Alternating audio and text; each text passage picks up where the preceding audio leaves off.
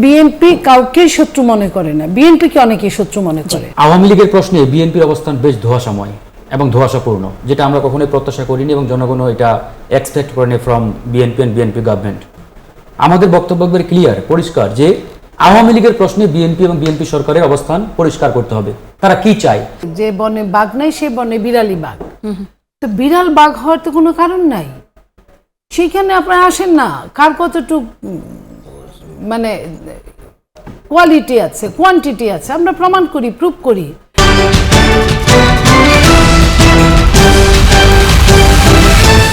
আমন্ত্রণ দর্শক, আপনাদের সবাইকে। দেখছেন নতুন বাংলাদেশ, যে আয়োজনে আমরা কথা বলি দেশের রাজনৈতিক বাস্তবতা, মানুষের অধিকার এবং রাষ্ট্রের ভবিষ্যৎ নিয়ে। আমরা বিশ্বাস করি সত্য বলা এবং অন্যায়ের বিরুদ্ধে দাঁড়ানো, একই সাথে সাধারণ মানুষের কণ্ঠস্বর তুলে ধরা আমাদের দায়িত্ব। এখানে আলোচনা হয় আইনের শাসন, গণতন্ত্র এবং জবাবদিহিতা নিয়ে, জনগণের প্রত্যাশা নিয়েও আমরা কথা বলি। দেশ এবং দেশের মানুষের স্বার্থকে প্রাধান্য দিয়ে আমরা তুলে আনি সমসাময়িক গুরুত্বপূর্ণ বিষয়। একই সাথে নতুন বাংলাদেশের স্বপ্ন, ন্যায় বিচার এবং মানবিক রাষ্ট্র গঠনের প্রত্যয় নিয়ে আমাদের এই পথচলা। আপনাদের মতামত, প্রশ্ন এবং অংশগ্রহণ আমাদেরকে অনুপ্রাণিত করে, একই সাথে আমাদের প্রাণশক্তি। আজকের আয়োজনে আমাদের সঙ্গে উপস্থিত আছেন দুজন অতিথি। আমার ডান দিক থেকে পরিচয় করাতে চাই নীলোফার চৌধুরী মনি, সংসদ সদস্য, সহ সম্পাদক বিএনপি। আছেন ফারুক হোসেন, সিনিয়র সহসভাপতি এবং মুখপাত্র গণ অধিকার পরিষদ। আমন্ত্রণ আপনাদের দুইজনকে। আর নতুন বাংলাদেশের আয়োজনে আমি আপনাদের সঙ্গে পুরো আয়োজন ধরে থাকছি জান্নাতুল কলি। নীলোফার চৌধুরী মনি, আজকের আলোচনার বিষয় আমরা ঠিক করেছি আলোচনায় শর্ত সাপেক্ষে নির্বাচনে আওয়ামী লীগ। আজকে তথ্য সম্প্রচার উপদেষ্টা জাহিদুর রহমান সংবাদ সম্মেলনে কথা বলেছেন যে স্থানীয় নির্বাচনে আওয়ামী লীগের নেতাকর্মীদের অংশগ্রহণের যে প্রশ্ন করা হয়েছে, সেখানে তিনি বলেছেন নিয়ম মেনে অংশগ্রহণ করতে পারলে কোনো বাধা নেই। একটি প্রাচীন দলকে তাদের কার্যক্রম নিষিদ্ধ করবার পর এখন আসলে নানা ফাঁক করে আবার জনপ্রতিনিধিত্বর যেই জায়গা, সেই জায়গাতে ফিরিয়ে আনার যে কৌশল, সেটি আসলে কেমন হলো, আপনার মতামত জানাবেন। ধন্যবাদ আপনাকে। যারা শুনছেন আমার শুভেচ্ছা, অভিনন্দন। আমার সহ আলোচককে শুভেচ্ছা। দেখেন, আওয়ামী লীগের জীবদ্দশায়, মানে জীবদ্দশা মানে আমি বলছি যখন ক্ষমতায় ছিল রাষ্ট্রের, তখন জামাতকে ব্যান করেছিল। জি, জামাতকে ব্যান করেছিল। জামাতের সঙ্গে অনেক রকম তাদের অনেক সমস্যা হয়েছিল। তাতে কিন্তু জামাতের নির্বাচন আটকে থাকে নাই। জামাত তার নিজের নেম প্লেট বাদ দিয়ে অন্য ঘরে ইলেকশন করেছে, স্থানীয় সরকারি ইলেকশন করেছে। আর জামাতকে ব্যানও করা যায় নাই প্রকৃতপক্ষে। জি, এই নির্বাচন তার সবচেয়ে বড় প্রমাণ। জি। তো আওয়ামী লীগ একটা দল, অনেক অনেক দিনের পুরানো একটা সংগঠন। আমি আগেও বলেছি, এখনো বলি, আওয়ামী লীগের শাস্তি আমি চাই। আওয়ামী লীগ যে অন্যায় করেছে, অত্যাচার করেছে, নির্যাতন করেছে, গুম করেছে, খুন করেছে, মানুষ হত্যার আমি বিচার চাই। লাইক আপনার মিরপুরের মেয়েটা আমাদের রামিসা, তার বিচারটা যেভাবে হলো, আমরা বিচার চাই, এরকম বিচার চাই যত তড়িৎ হয় আমাদের। দেখেন, আওয়ামী লীগের সভানেত্রীর বিচার হয়েছে, আমরা কিছু বলিনি, বিচার হয়েছে। হ্যাঁ, আমি ওই দিন একটা কথা বলেছি, আত্মপক্ষ সমর্থনের সুযোগ দেওয়া আরেকটু উচিত ছিল। যাই হোক, বিচার হয়েছে, তো বিচার আরও চলমান। সেইখানে একদম ইলেকশন কখনোই করতে পারবে না, একদম ব্যান হয়ে থাকবে, আমার মনে হয় যে এটা অতিরিক্ত বাড়াবাড়ির দিকে চলে যায়। কারণ একটা দল তার দলটাকে কাজ করতে দেওয়ার, তো দলের মধ্যে সব মানুষ খারাপ আমি এটা মনে করি না। সব মানুষ খারাপ হয় না। পৃথিবীটা টিকে আছে, কিছু সংখ্যক মানুষ এখনো ভালো আছে দেখে বাংলাদেশ টিকে আছে, কিছু সংখ্যক মানুষ পৃথিবীতে ভালো আছে দেখে পৃথিবীটা টিকে আছে। কিন্তু এই যে তাদের কার্যক্রম নিষিদ্ধ করা হলো, সে তারপরে তো এক ধরনের এটা তো কার্যক্রম নিষিদ্ধ, আপনি যেটা বলছেন সেটারও তো ফার্স্ট, সেকেন্ড, থার্ড পদক্ষেপ হতে পারে কার্যক্রম আবার ফিরিয়ে দেওয়ার। এটা একটা পদক্ষেপ হতে পারে। প্রথমে প্রাইমারি একটু সুযোগ দিয়ে, তারপরে সেকেন্ডারি সুযোগ দিয়ে, তারপরে বিএনপি কাউকেই শত্রু মনে করে না, বিএনপিকে অনেকেই শত্রু মনে করে। ধন্যবাদ আপনাকে। ফারুক হাসান, একটু আপনার কাছে জানতে চাইবো, এই যে আওয়ামী লীগের কার্যক্রম নিষিদ্ধ, তারপর এখন আসলে যদি দলগতভাবে সিদ্ধান্ত নেওয়া হচ্ছে যে স্থানীয় নির্বাচনে সব নিয়মকানুন মেনে অংশগ্রহণ তারা করতে পারবেন, এই পুরো বিষয়টিকে আপনি কিভাবে দেখছেন? একই সাথে যেটা আসলে নীলোফা চৌধুরী মনি বললেন যে শিথিল করা হতে পারে, তার এই মন্তব্যে আপনি কিছু বলতে চান? ধন্যবাদ সম্মানিত দর্শক যারা দেখছেন, আমার সহ আলোচক আমাদের বিএনপির সম্মানিত পার্লামেন্টারিয়ান নীলোফা চৌধুরী মনি আপা। আসলে দেখেন, আওয়ামী লীগের প্রশ্নে বিএনপির অবস্থান বেশ ধোঁয়াশাময় এবং ধোঁয়াশাপূর্ণ, যেটা আমরা কখনোই প্রত্যাশা করিনি এবং জনগণও এটা এক্সপেক্ট করেনি from BNP and BNP government.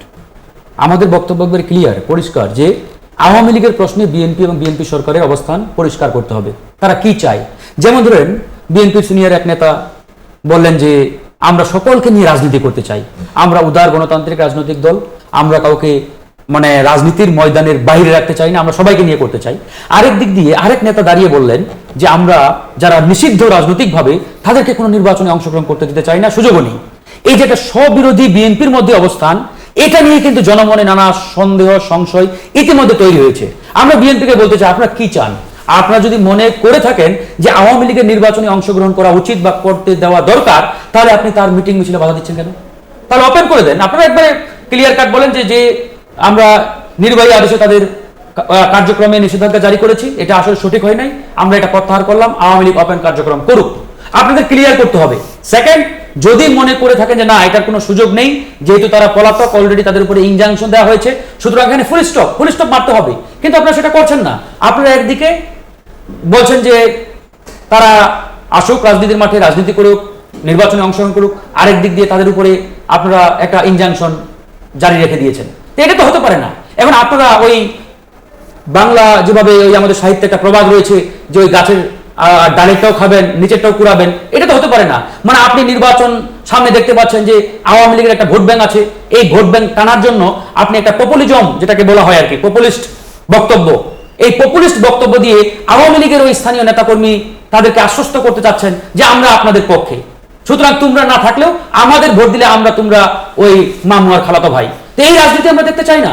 এটা বিএনপিকে ক্লিয়ার করতে হবে তারা কি চায় এই বিষয়ে। তারা যদি সত্যিকার অর্থেই আওয়ামী লীগকে নিয়ে রাজনীতি করতে চায়, জনগণের সামনে পরিষ্কার করে দিক, তাদের নিষেধাজ্ঞা প্রত্যাহার করুক। কিন্তু তারা একদিকে তাদের উপরে নিষেধাজ্ঞা রাখবে, আরেকদিকে বলবে যে তারা নির্বাচনে অংশগ্রহণ করতে পারুক না, এরকম বক্তব্য আমরা কখনোই কিন্তু প্রত্যাশা করি না। আপনাদের দলের সভাপতি ভিপি নূর তো একই ক্যাবিনেটে আছেন, হ্যাঁ, আপনি কেন আমরা সরকারকে বলছি বলছেন না? উনি যেহেতু ক্যাবিনেটের অংশ, ক্যাবিনেটের পার্ট, সুতরাং তাকে সহ আমরা এই বর্তমান সরকারকে বলছি যে আপনাদেরকে ক্লিয়ার করতে হবে সরকারের বক্তব্যটা কি। আর আমাদের যদি রাজনৈতিকভাবে আমাদের দলীয় পজিশন জানতে চান, আমাদের দলগত পজিশন, আমরা একবারে জনগণ যেটা চাই, জনগণের যে সিদ্ধান্ত, সেই সিদ্ধান্তই আমাদের। এখানে কোনো ধরেন যে ফাঁক করে জনগণের একটা বড় অংশ তো আবার এখনো আওয়ামী লীগ রাজনীতি অথবা আওয়ামী লীগের পক্ষে ভোট দিতে চায় না। বিষয়টা আসলে এখানে দেখেন একটা বিষয় ক্লিয়ার। আপা এখানে কিছুটা ধরেন যে আপনার কি বলবো এটাকে আমি, যেমন তিনি এখানে জামাত ইসলামের এক্সাম্পলটা টেনে আওয়ামী লীগকে কিছুটা লিগালাইজ করার চেষ্টা করেছেন, এটা মোটে উচিত না। জামাত যে অপরাধ করেছে বা যে ভুল করেছে, সেই ভুলের খেসারত অলরেডি জামাত দিয়েছে, তাদের বিচার হয়েছে, তাদের শীর্ষ নেতারা ইতিমধ্যে ফাঁসির কাস্টে ঝুলেছেন, তাদের মনে করেন যে অনেক নেতা জেল খেটেছেন বছরের পর বছর। কিন্তু আওয়ামী লীগ যে অপরাধ করেছে বা আওয়ামী লীগের নেতারা যে অপরাধ করেছে, এই অপরাধের বিচার আজ পর্যন্ত হয় নাই। তারা বিচারের মুখোমুখি হোক, তারা শাস্তি যে তাদের যেটা প্রাপ্য সেই প্রাপ্যতা ভোগ করুক, এরপরে ডিসাইড করবে যে আওয়ামী লীগ আসলে কাম ব্যাক করবে কিনা, আওয়ামী লীগের রাজনীতি এলাইভ হবে কিনা রাজনীতির মাঠে। কিন্তু এখন পর্যন্ত তারা তো বিচারের মুখোমুখি হয় নাই, এখন পর্যন্ত তারা দেশ থেকে পলাতক। আজকে যদি তৎকালীন প্রধানমন্ত্রী শেখ হাসিনা বাংলাদেশে ফিরে আসতেন, বিচারের মুখোমুখি হতেন, কোর্টে সারেন্ডার করতেন, এরপরে যা হোক রায় যেটা আসবে এটা নিয়ে ধরেন যে পক্ষে বিপক্ষে মত থাকবে, সেটা নিয়ে আমাদের আপত্তি নেই। কিন্তু উনি স্টিল নাও বিচারকে ফেস করছেন না, উনি বিচারের মুখোমুখি হচ্ছেন না। তার আগে আপনি যখন তাকে রাজনীতির মাঠে ধরেন যে প্রাসঙ্গিক করার একটা বক্তব্য দিচ্ছেন বা প্রাসঙ্গিক করে তোলার চেষ্টা করছেন, এখানে কিন্তু সন্দেহ সংশয়টা তৈরি হচ্ছে। এই জন্য জনগণ বলছে যে এই যে নির্বাচনটা কিছুদিন আগে পার হলো, এই নির্বাচনে ওই আওয়ামী লীগের সাথে বিএনপির একটা দেন দরবার হয়েছে কিনা, that is the big question. জনগণ কিন্তু এটা মনে করে আমরা এই নির্বাচনে হয়তো বা আওয়ামী লীগের ভোট ব্যাংক নিয়েই বিএনপি ক্ষমতায় আসছে এবং তাদের সাথে এরকম একটা ধরেন যে দেন দরবার হয়েছে যে আমরা ক্ষমতায় আসলে তোমাদেরকে প্রাসঙ্গিক করব। এখন এখানে আমাদের আপত্তিটা কোথায়? আমাদের আপত্তিটা কিন্তু তাদেরকে প্রাসঙ্গিক করা কিংবা না করাতে না, আমাদের কথা হচ্ছে এখানে পলিটিক্যাল যে তাদের মানে স্টেটমেন্ট, এটাতে ক্লিয়ারেন্স থাকতে হবে। তারা যদি পরিষ্কার করে বলে যে আওয়ামী লীগকে আমরা রাজনীতি চাই, তাহলে আমাদের বক্তব্য ক্লিয়ার, তাদের নিষেধাজ্ঞা প্রত্যাহার করা। নীলুফার চৌধুরী মনি, নিষেধাজ্ঞা প্রত্যাহার করে ওপেন করে দেন। ব্যাপারটা কি তাহলে এরকম নির্বাচনের আগে আওয়ামী লীগের সাথে বিএনপির এরকম কথা হয়েছে? এই কথা আমরা ইলেকশনের আগেও শুনেছি, ইলেকশনের পরেও শুনেছি, নানা আলোচনায় শুনেছি, খুব একটা শক্ত প্রতিবাদ কখনোই করতে শুনিনি। আমি বুঝলাম না আমার সহ আলোচক ছোট ভাই কেন এত উত্তেজিত হয়ে গেল। না আমি উত্তেজিত না আপা, আমি একবার কারণ আমি একটা কথা বলি, এখানে উত্তেজিত হওয়ার কিছু নাই। যে কোনো প্রলেতারিয়েত মানে যারা স্রোতের বিপরীতে থাকে, আমি তাদের পক্ষে কাজ করার চেষ্টা করি।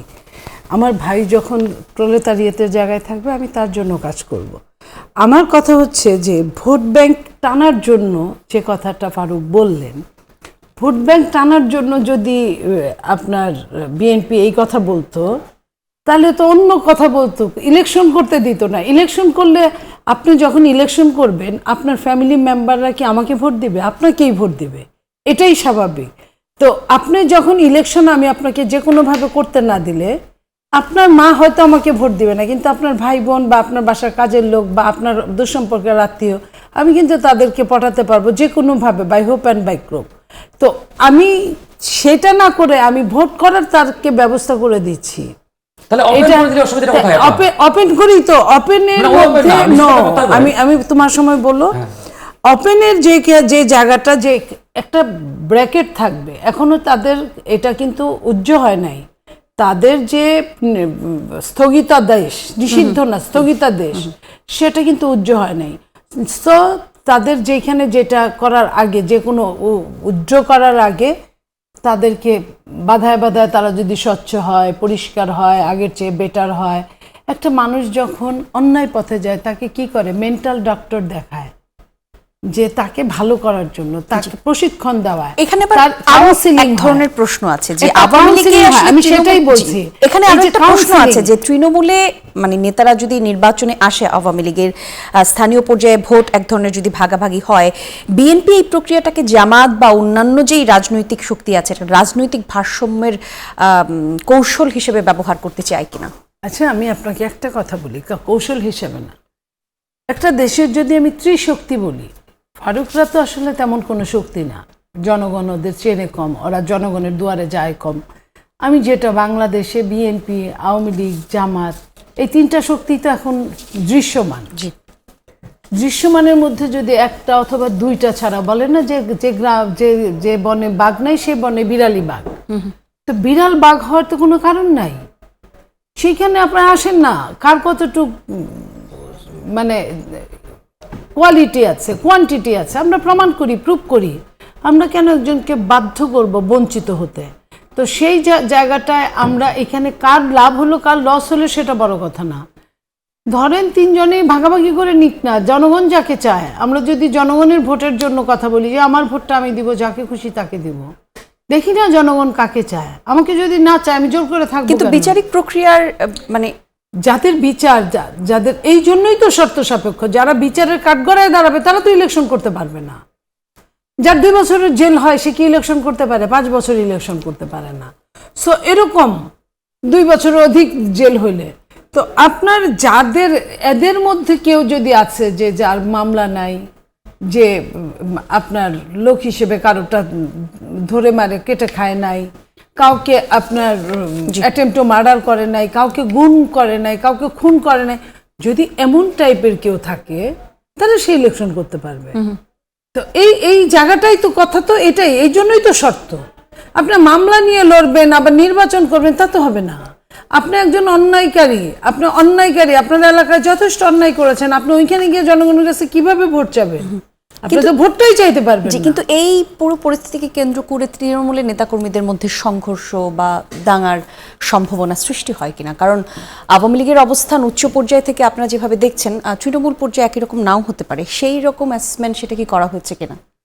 শোনেন, এটা সব জায়গায়, যেমন আপনার বগুড়া বলেন বা আপনার মানিকগঞ্জ বলেন বা আপনার নোয়াখালী বলেন, ওইখানে বিএনপির যে প্রতাপ, আওয়ামী লীগের প্রতাপও কিন্তু আমরা এই মুমূর্ষু টাইমে কিন্তু গোপালগঞ্জে দেখেছি।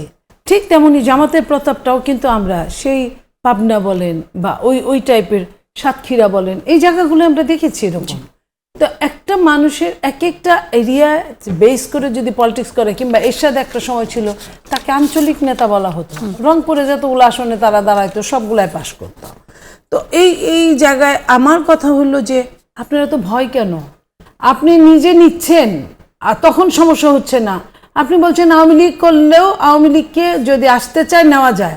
আপনি এনসিপি নেতা বলছেন না নাহিদ, কয়দিন, বেশি দিন তো হয় নাই, কই ফারুকরা তো তখন কোনো প্রতিবাদ করে নাই। হাদি মারা গেল, হাদি কে মারলো? আওয়ামী লীগের কথিত নেতা, তো সে অ্যারেস্ট হয়েছিল। তো এই যে নেতাটা মারলো বা কর্মীটা বা সাপোর্টারটা, সে যাই না শুনে তারা কিন্তু নিছে। আপনি যদি না জেনে থাকে তাহলে আমি বলবো যে এর চেয়ে বোকামি তো রাজনীতি হ্যাঁ, করলে কারণ বোকামির সামাজিক কোনো যোগাযোগ মাধ্যমে অসংখ্য আশ্রয় ছবি নাই। প্রমাণ সেগুলো ছিল। জি, তাহলে? আমরা একটা বিরতি নিয়ে আসি, আলোচনায় আবারও ফিরবো। দর্শক, নতুন বাংলাদেশ দেখছেন, ছোট্ট বিরতির পর ফিরছি আবারও। আপনারা দেখছেন নতুন বাংলাদেশ। দর্শক, আজকে আলোচনার বিষয়ে আলোচনার শর্ত সাপেক্ষে নির্বাচনে আওয়ামী লীগ। আমাদের সঙ্গে নিরুফাত চৌধুরী মনি, ফারুক হাসান আছেন। ফারুক হাসান, আজকে বাংলাদেশ রাষ্ট্র সংস্কার আন্দোলনের সভাপতি হাসনাত কাইয়ুম তিনি বলেছেন, গণতন্ত্র মঞ্চের অনেক নেতাই একটি আসন মন্ত্রিত্বের লোভে তাদের আদর্শকে বিসর্জন দিয়েছেন। একটু আগেই নিরুফাত চৌধুরী মনি বললেন, আপনাদেরকে তেমন কেউ হয়তো চিনে না, আবার যখন আসলে প্রতিবাদ করার সময় তখন গণ অধিকার পরিষদ প্রতিবাদও করে না। এই যে সকল মন্তব্য আজকে হাসনাত কাইয়ুম যে মন্তব্য করলো, এই সব কিছু আসলে গণ অধিকার পরিষদের ঘাড়েও বর্তায় কিনা? ঠিক আছে, উনি একটা রাজনৈতিক দলের নেতা, উনি অন্য জায়গা থেকে বক্তব্য দিয়েছেন। জনগণের প্রত্যাশা কি, জনগণের চাওয়াটা কি, সেটা তো অবশ্যই প্রাধান্য দিতে হবে এবং গুরুত্বপূর্ণ। জি, তবে এটা সত্য যে বিগত 55 বছরের যে রাজনৈতিক ইতিহাস আমাদের, এই ইতিহাসে রাজনৈতিক নেতারা অনেকে গরু ছাগলের মতো, যেমন কোরবানিতে গরু ছাগল বিক্রি হয়, এরকম টাকার দরে অনেকে বিগত সময়ে বিক্রি হয়েছে। তো সেই উদাহরণ টেনে হয়তো বা উনি ওনার জায়গা থেকে বক্তব্য দিয়েছেন। কিন্তু সেই পর্যায়ে গণ অধিকার পরিষদ পড়ে না। আমি আসবো, আমি তো আসলে আমি আমার দলের যে জায়গা, সেই দলের জায়গা থেকে বলছি, আমাদের তো কেউ বিক্রি হন নাই। আমাদের দল থেকে একজন অলরেডি বিএনপিতে যোগ দিয়েছেন, আমাদের সাবেক সাধারণ সম্পাদক বিএনপিতে যোগ দিয়েছেন, মানে আমাদের গণ অধিকার থেকে পদত্যাগ করে অলরেডি বিএনপিতে যোগ দিয়েছেন। সেখানে বিএনপির নেতা, এখন কাউকে তো ধরে মানে বেঁধে রাজনৈতিক দল করানো যায় না। আমি চাইলেও আরেকজন আমার সহকর্মীকে জোর করে বাধ্য করতে পারবো না যে আপনাকে এই দলেই করতে হবে। যে বিএনপির আজকে যারা নেতা, এরা তো সবাই বিএনপির স্টার্টিং পয়েন্টেই বিএনপি রাজনীতি করে, বিষয়টা এমন না, অনেকেই অন্য দল থেকে আসছে না। তো এই যে রাজনৈতিক দল পরিবর্তন করা, এটা আমাদের কালচারের একটা অংশ। এখন আমাদের পার্টির কেউ অন্য দলে গিয়ে অন্য দলের মার্কাইতে ইলেকশন করে নাই। আমাদের সভাপতি, সে কিন্তু ওই যে ধানের শীষ নিয়ে ইলেকশনটা করে নাই, সে ইলেকশন করেছে আমাদের দলীয় মার্কাই, ট্রাক মার্কা নিয়ে। হ্যাঁ, বিএনপির সাথে যেহেতু আমরা দীর্ঘদিন আন্দোলন সংগ্রাম একসাথে করেছি, যুগপৎ আন্দোলন করেছি, তাদের সাথে আমাদের একটা আন্ডারস্ট্যান্ডিং ছিল। তো সেই আন্ডারস্ট্যান্ডিংয়ের জায়গা থেকে বিএনপির সাথে আমাদের ধরেন যে ওই আসনে একটা সমঝোতা হয়েছে, এতটুকুই। এটাকে আপনি ওই নির্বাচনী জোট বা রাজনৈতিক জোট বলতে পারবেন না। যেমন ধরেন বিগত সময় আমরা কি বলতাম, লম্বা সময় আমি একটা রাজনৈতিক ছত্রছায়া বা একটা আদর্শে আমি রাজনীতি করলাম, এবং যখন নির্বাচন আসলো বা ইলেকশনের সময় যখন আসলো, তখন আমি সেই ছত্রছায়া থেকে বের হয়ে কোনো একটা আসনের জন্য আলাদা করে ভাবে যদি আমি যাই, তাহলে সেই জায়গা থেকে আসলে নেতাদের উপর মানুষের যে না, ভরসা। এটা ট্রু, এটা একবার পরিষ্কারভাবে জনগণের সাথে এক প্রকার প্রতারণা। শুধু জনগণের সাথে না, এটা তার দলের যারা নেতা কর্মী, ধরেন যে আমি আজকে নেতা, যতটুকুই হই, আমি ছোট নেতা হই বা বড় নেতা, ডাজন্ট ম্যাটার, আমি যে আজকে নেতার চেয়ারে বসছি, আমি তো এমনি নেতা হই নাই। আমি ফারুক হাসান কি হঠাৎ করে জন্ম নিলাম নেতা হয়ে গেলাম? আমার এই নেতা হওয়ার পিছনে আমার এই যে নেতা কর্মী যারা, তাদের রক্ত ত্যাগ, আত্মত্যাগ, তাদের ঘাম, তাদের পরিশ্রম আছে না, তারাই তো আমাকে মাইকটা এগিয়ে দিয়েছে, চেয়ার এগিয়ে দিয়েছে, আমি বক্তব্য দিয়েছি, কথা বলেছি, বিধায় তো আমি আজকে নেতা। সুতরাং আমি যখন একটা আসনের লোভে বা একটা মন্ত্রিত্বের লোভে আরেকটা দলে যোগ দেবো গিয়ে, এটা তো আমার ওই নেতা কর্মীদের সাথে এক প্রকার প্রতারণা করা হয়, যে যাদের ত্যাগের বিনিময়ে আজকে আমি নেতা হলাম, হঠাৎ করে দেখা গেল যে তাদের কথা চিন্তা না করে আমি একটা আসন কিংবা আমার ব্যক্তিগত ফায়দা হাসিলের জন্য, ব্যক্তিগত লাভের জন্য আরেকটা দলে যোগ দিচ্ছি। এটা কোনোভাবেই কাম্য না, এটা হয়েছে। সুতরাং এই ধরনের রাজনীতি যারা করে, এরা কখনোই দেশ জাতি তথা জনগণের কল্যাণে কখনোই ভালো কিছু বয়ে আনবে না। এমনকি এটা তাদেরকেও মনে রাখতে হবে, ধরেন আমি আজকে আমার দল ত্যাগ করে আমি আরেকটা দলে যোগ দিলাম একটা আসনের আশায় কিংবা ব্যক্তিগত ফায়দা হাসিলের জায়গা থেকে। এখন যে দলে আমি যোগ দিলাম, ওই দল যদি মনে করে যে আমাকে নিয়ে তারা বিশাল কিছু করে ফেলবে, এটাও কিন্তু ভাববার কোনো কারণ নেই। বরঞ্চ ওই দলটাকে মনে রাখা উচিত যে এই যে মানুষটা তার নিজ দলের নেতাকর্মীদের কথা চিন্তা না করে আমার দলে ব্যক্তিগত ফায়দার জন্য আসছে, এই আমার দলেও মানে আদর্শিক জায়গাটা দুই দিক থেকে বিবেচনা করা উচিত। ধন্যবাদ আপনাকে। নীলুফার চৌধুরী মনি, আজকে সংসদে বেশ কিছু গুরুত্বপূর্ণ বিষয় নিয়ে কথা হয়েছে, আপনি জেনে থাকবেন নিশ্চয়ই। আপনার কাছে জানতে চাই, ইসলামিক ব্যাংকের বিষয়ে কি কি আলাপ আলোচনা হলো, গ্রাহকের টাকা ফেরতের ব্যাপারে কি কি তথ্য পেলেন? দেখেন, ইসলামী ব্যাংক নিয়ে যে টানাটানি হচ্ছে, যেটা বিরোধী দল যা করছে, এটা সত্যি হাস্যকর অবস্থায় উপনীত হয়েছে। ওনারা বলছে ইসলামী দল ব্যাংক জনগণের, তো জনগণের ব্যাংক এমন কিছু হয় নাই যে ওনারা একাই শুধু যুদ্ধ করছে। ওনারা কখনো টাকা সব তুলে ফেলছে, আবার কখনো জমা দিচ্ছে, নিজেরা গুলাগুলি করে মারামারি করে দখল করছে নিজের, আবার বলছে এটা আমাদের না। হ্যাঁ, তো এই নিয়ে ওনাদের আজকে এই যে ৬৮ বিধিতে যে আলোচনাটা হলো, ওনাদের অনেকক্ষণ টাইম দেওয়া হলো, ১ ঘন্টার উপরে ওনারা কথা বললেন, উপনেতা কথা বললেন, বিরোধী দলীয় নেতা কথা বললেন, আরো এমপি মহোদয়রা কথা বললেন। তাতে যা মনে হলো যে ইসলামী ব্যাংক ব্যাংকের জায়গায় থাকুক, এটা ওনারা চান না। ব্যাংকটা ওনাদের জায়গায় থাকুক, অবশ্য মুখে স্বীকার করবেন না যে এটা ওনাদের ব্যাংক, নাম ইসলামী ব্যাংক, জামাতে ইসলামীর ইসলামী ব্যাংক, কিন্তু কাজে জনগণের হোক এটা তারা চায় না, কাজেও তাদেরই থাকুক, তারা তাদের মতো।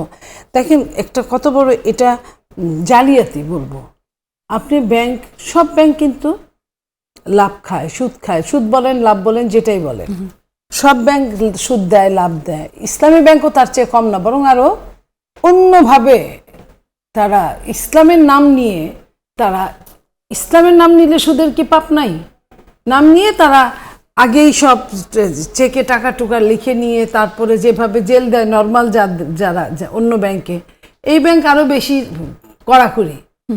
অথচ তারা বলে তারা সুদ খায় না, ঘুষ খায় না, কিচ্ছু খায় না, তারা সম্পূর্ণ ধর্মের জন্য তারা জীবন দিয়ে দিছে, তারা ধর্মের মধ্যেই থাকে।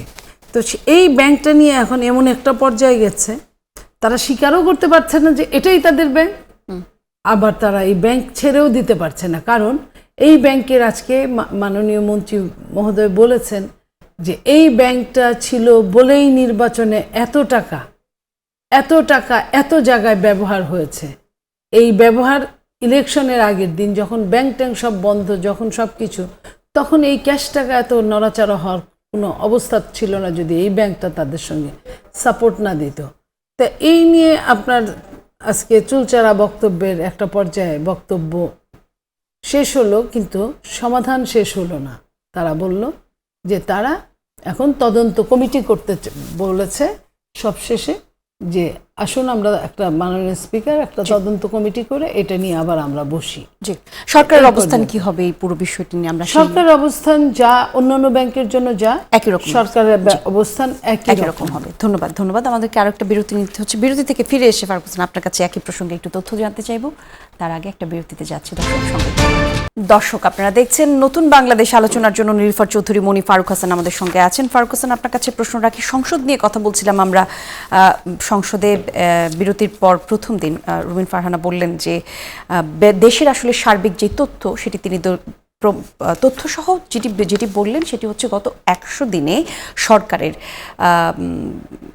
বিএনপির হত্যা, অপহরণ, ছিনতাই ইত্যাদি এসবের সরকারের একটা পরিসংখ্যান তিনি দাঁড় করিয়েছেন। এই সব তথ্যই নাকি প্রমাণ করে যে আইন শৃঙ্খলা পরিস্থিতি কতটা নাজুক। এদিকে গত মাসেই পিজিবি জানিয়েছিল যে বাংলাদেশে 20 মেগাওয়াট বিদ্যুৎ, মানে 20 মে জানিয়েছিল যে বাংলাদেশে বিদ্যুতের পরিমাণ রেকর্ড সংখ্যক উৎপাদন হয়েছে 17,200 মেগাওয়াট। কিন্তু আমরা দেখতে পেলাম যে বন্দর নগরী চট্টগ্রাম এবং কক্সবাজারে অসংখ্য মানুষ, বিভিন্ন পর্যটন নগরীতে অসংখ্য মানুষ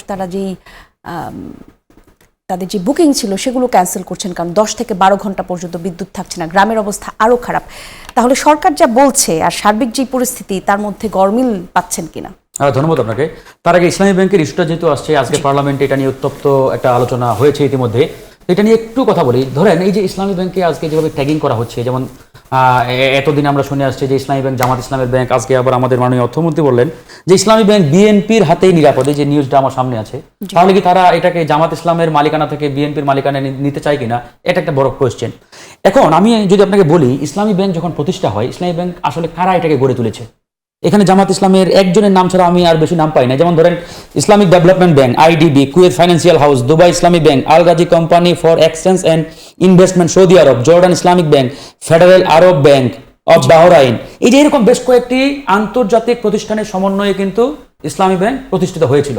এখন ইসলামী ব্যাংক প্রতিষ্ঠিত হওয়ার পরে এটা এতটাই জনগণের আস্থা অর্জন করেছে যে পৃথিবীর 100টি ব্যাংকের একটা ব্যাংকের তালিকায় কিন্তু এই ব্যাংকটা অন্তর্ভুক্ত হয়েছিল। প্রবলেমটা কোথায়? প্রবলেমটা হলো 2016 সালে যখন এসএলএম গ্রুপকে দিয়ে প্রথম এই ব্যাংকটা দখলের সিদ্ধান্ত নিলেন তৎকালীন ফ্যাসিস্ট আওয়ামী লীগ।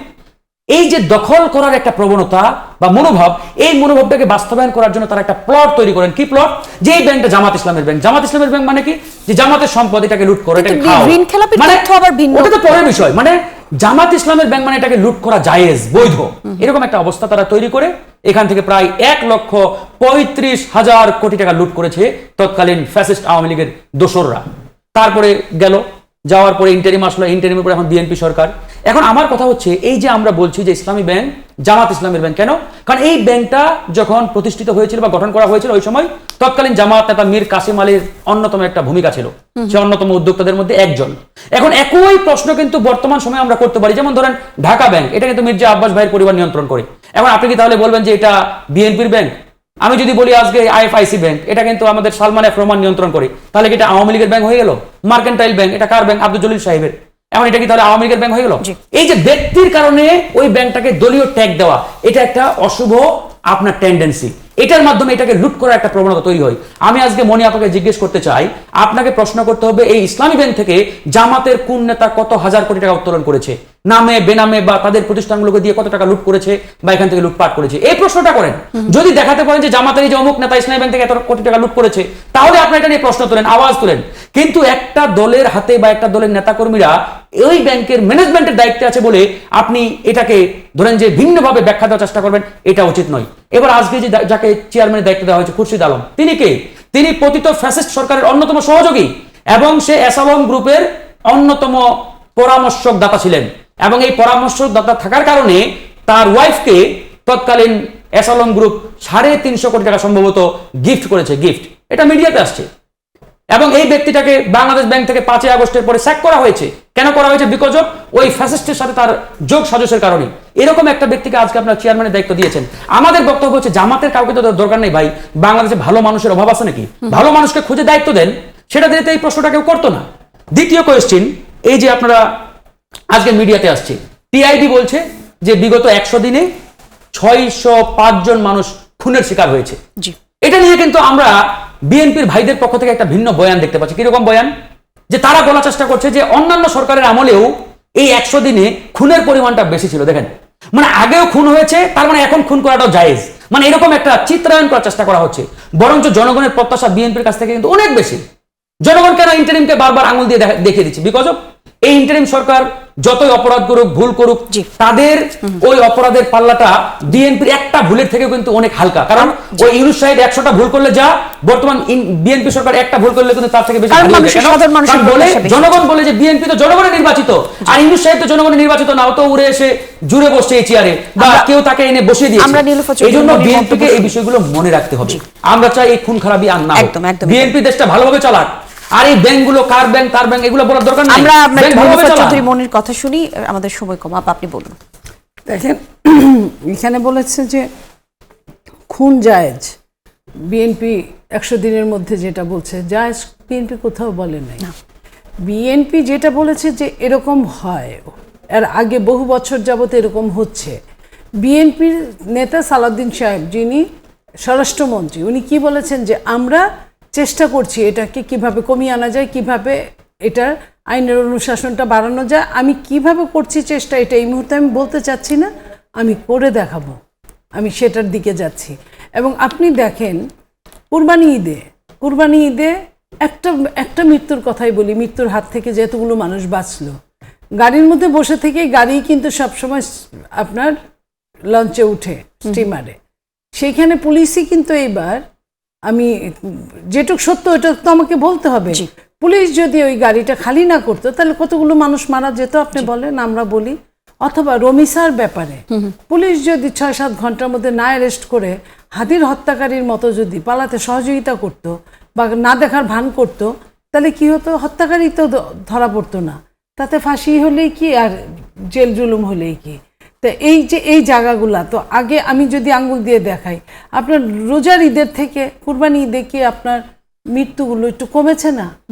এবং আগের ওই যখন রাষ্ট্রের দায়িত্বটা নিল তখনকার থেকে কুরবানি ঈদটা সব দিক থেকে, এবং শুধু তাই না, আপনি দেখেন খুদ প্রধানমন্ত্রী, মাননীয় প্রধানমন্ত্রী, সে নিজে উপস্থিত থেকে গাড়িতে থেকে বসে সে সমস্ত ঢাকা শহর যে চেক করলো যে এই কুরবানির রক্ত, নিশ্চয়ই সেটা প্রশংসনীয়, অবশ্যই প্রশংসনীয়। এছাড়াও নিজে আরো বেশ কিছু গুরুত্বপূর্ণ জিনিস আছে যেটা প্রশংসনীয়।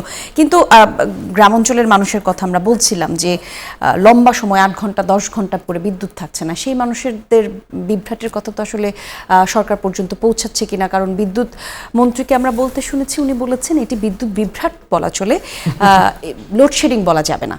সেই জায়গাতে উনি বলছেন যে ঝড়ের কারণে অনেক সময় গাছ পড়ে অধিকার line বলা চলে, কিন্তু লোডশেডিং ছেড়ে বলা যায়। যায় না। কিন্তু 10 ঘন্টা 12 ঘন্টা পল্লী বিদ্যুতের নিশ্চয়ই গ্রামেও আপনাদেরও আত্মীয় স্বজন আছে, তাদের সঙ্গে নিশ্চয়ই কথা হয়। না, আত্মীয় স্বজন কেন, আমার মা বাবারাই তো থাকেন একদম সবাই। একদম একদম। তো আমি নিজেও আমার শেকড়টা ওখানে। তো এখন যেটা বলেছে যে এটা সিস্টেমের সমস্যা, এটা বিদ্যুৎ আছে উনি বলেছেন। এখন আপনি মনে করেন যে ওই গ্রামে একটা কথা বলে যে যার গরু সে বলে বাজা, আর মানুষ বলে বছরে বাচ্চা হয়। তো এটা বললে তো আমার বললে তো হবে না, আপনার বললেও হবে না।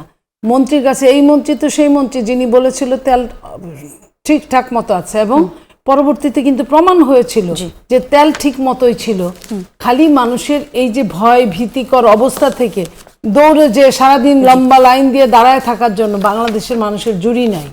যদি শুনে যে এটা ক্রাইসিস, ধন্যবাদ। তো আমি বলবো যে বিদ্যুৎ এরকম, আমরা আসলে সেটাই চাই, সাধারণ মানুষের কাছে যাবে। সবগুলো সুবিধা পৌঁছাক এবং সাধারণ মানুষ যারা আছে সার্বিক পর্যায়ে সকল মানুষ আসলে দেশের সার্বিক সুবিধা, তাদের যে নিরাপত্তা তা আসলে নিশ্চিত হোক, এটাই আমাদের প্রত্যাশা। আজকে বিদায় নিচ্ছি দর্শক, আগামীকাল একই সময় আয়োজন দেখার আমন্ত্রণ জানিয়ে বিদায় নিচ্ছি।